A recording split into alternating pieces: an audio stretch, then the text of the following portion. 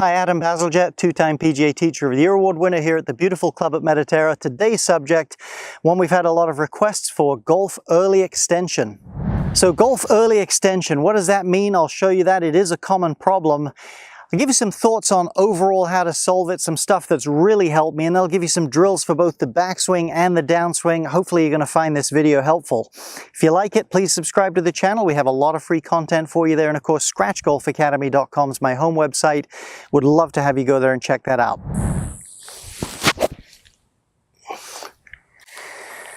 So what is golf early extension? It's a common thing. You'll have heard the term, no doubt. This is pelvic extension, this is pelvic flexion. So early extension means extending your hips this way towards the target line. You can extend them towards the target itself as you go through, but you don't want to go this way. It's bad for balance. It also costs you body angles, and you really won't be you won't be a quality ball striker if you do that. You might be able to get away with just a little bit, but it's a serious problem if you have a lot of it. Now, certainly your hamstrings, your flexibility could play a role, but I believe if you know what you're trying to do here, you can do it pretty darn well even if you're not that flexible. So let's talk about a couple of things. First thing, balance. I like to see the hip joint over the ankle joint. That's just good balance. I'll show you a drill for that in just a minute. I see so many people that get off balance, especially when they're trying to keep their hips back. They get their balance too far back, and of course their mind tries to shift them back into balance coming down. If you're not in balance as you swing pretty darn well, you're going to probably have this problem. Secondly, and I think this is probably the biggest one, we'll flesh this out as we go, I first really felt like I made progress in this in my swing and really teaching it to other people some years back when I started to get a better understanding of the spine.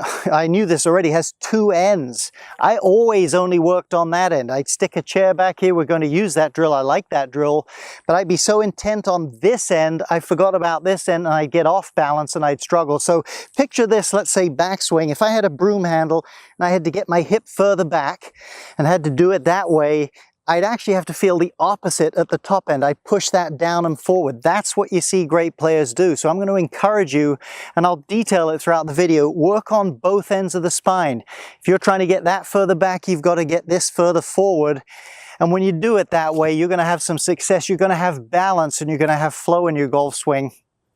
So let's touch on it a little bit. Let's have a look at this backswing here. We'll give you some drills. We'll show you a couple of great players. Then we'll look at some downswing stuff. So let's use a wall. I'm using a chair here because we're out on the driving range. Chairs are great if they have a flat back. You could use boxes. Some kind of a mid-sized box would be great as long as it's tall enough to get to your middle. Even you can use your golf clubs if they've got the prongs out here, kind of drape a towel over the head covers and back up to that. It's not quite as precise, but you can do it. But let's assume for a minute you're at home, and this is a great thing to practice at home, and this is the wall signified by the white stick there. Put a golf club down where it's the width of the club head out from the wall. And when you set up against that, and I'm not going to touch that stick with that shaft with my heels, but I'm very close to it, I should barely feel any pressure against the wall if I'm doing this properly.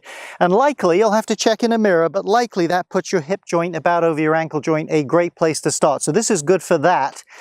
And secondly, we'll put the club down.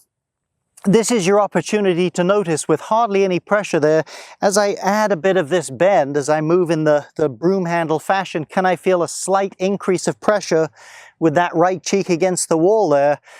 And as I do that, because I'm working on both ends, I feel really in balance. I don't feel like I'm having to push my way back against the chair. And as I say, when you're in balance, this thing's going to repeat and hold up. Once you've had a few tries at it, move away from the wall. You probably whack it with a golf club. If you have a real wall, a chair will allow you to swing. And if you can do it with the chair, if not, just do it away from the wall once you've got the feel. And just feel that increase in bend and just practice that. You may be saying to yourself, I thought early extension was the downswing moving forward. That's typically what you hear, but believe me, great golfers create good, strong angles. They increase this bend a little going back, and they start to use the ground well. It is a lot easier to keep your body angles coming down if you do it that way. So we're trying to counteract this kind of weak look where there's a bleeding underneath of the hips going back, and this is the way to do it. It sets up the downswing. Now, before we come out, we'll hit a couple of shots here with this backswing. Before we then move to the downswing, let's have a look at a couple of great players, and we'll just show you briefly what this looks like and what the advantages of it are. So Tiger Woods there on the left, and just watch at the end of his backswing, watch how his face squeezes down. You can see the deepening of that angle in his hips right in there. And it's pretty clear how he's using his body there. Let's have a look at Jordan Spieth. And watch his head. Not very dramatic, it's subtle, but you'll see he'll push towards those treetops a little bit there as he changes direction and starts down.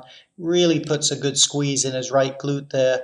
And the advantage of this, twofold, it creates a lot of ground pressure that you can use to create power on the way down. And secondly, it creates a lot of space under there that you can swing your arms at the ball. So you can deliver the arms from underneath your body there, right through without interrupting it by pushing your body forward this way.